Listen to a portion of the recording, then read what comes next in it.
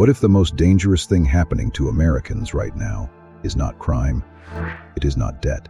It is not even political division. What if it is something so quiet, so invisible, so deeply woven into the fabric of how we live, that most people are suffering through it right now and calling it something else entirely? They call it being tired. They call it being busy. They call it just the way things are. But what if the real epidemic in 2026 is not a virus? It is loneliness. And what if the most terrifying part is not that you might have it, it is that you probably do, and you have been trained not to see it.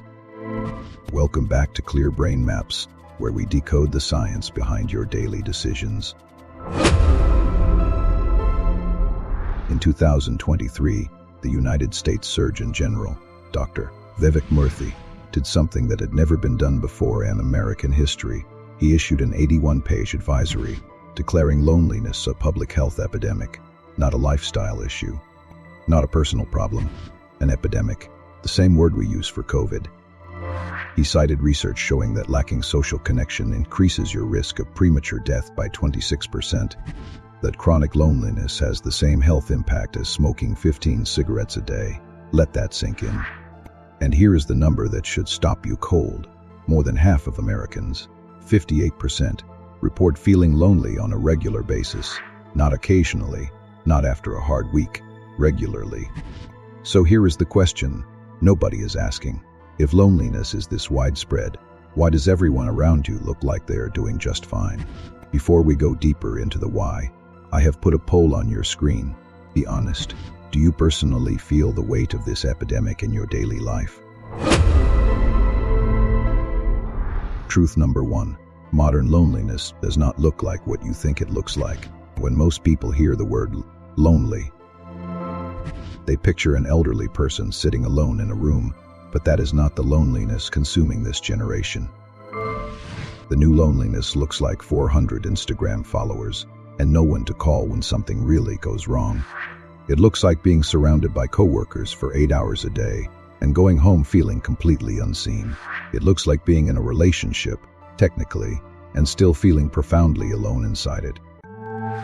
Harvard researcher Dr. Robert Waldinger, director of the longest study on human happiness ever conducted, 85 years, found that it was not wealth, fame, or achievement that made a life meaningful.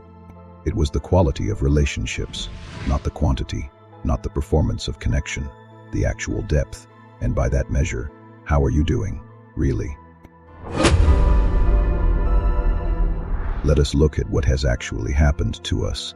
In 1985, the average American said they had 3 close friends, people they could talk to about serious personal matters.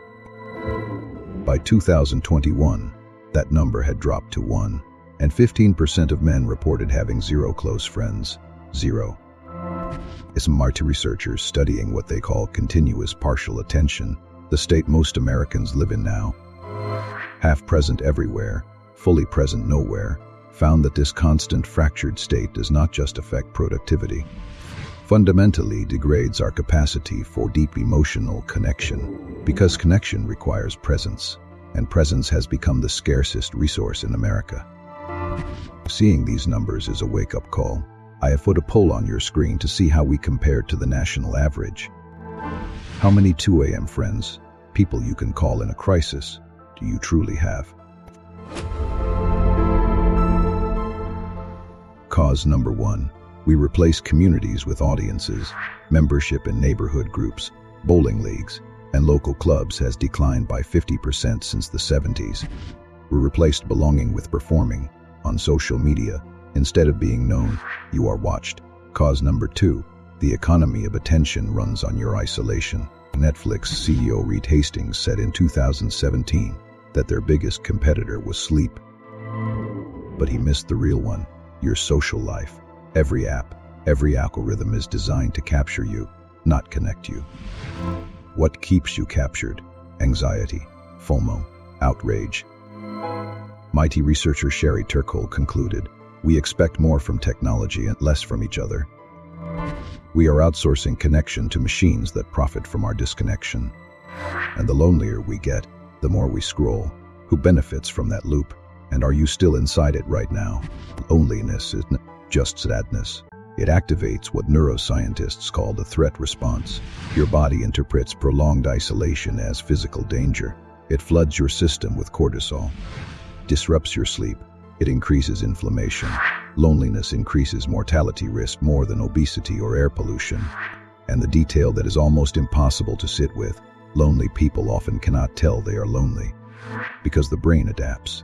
We normalize the hollow feeling and call it being an adult. Even when everything inside us knows it is not enough. How long have you been calling it enough?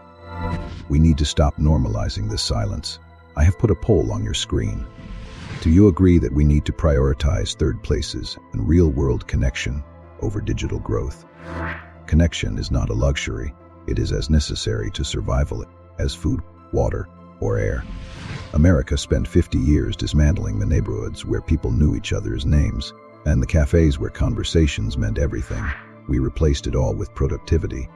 We called it progress, but progress toward what exactly? The thing that makes a life feel like it mattered was never on the list of things we told people to optimize for. Loneliness is not a personal failure. It is the predictable outcome of a society that optimized for everything except the thing that actually matters. The first step is not an app. It is being honest about what you are missing. Admitting you need people. In a culture that tells you needing people is weakness, that is one of the most radical things you can do. So, I have one challenge for you. Call one person today. No text. A real voice. Start mapping your way back. Subscribe to Clear Brain Maps. Stay sharp. Stay connected.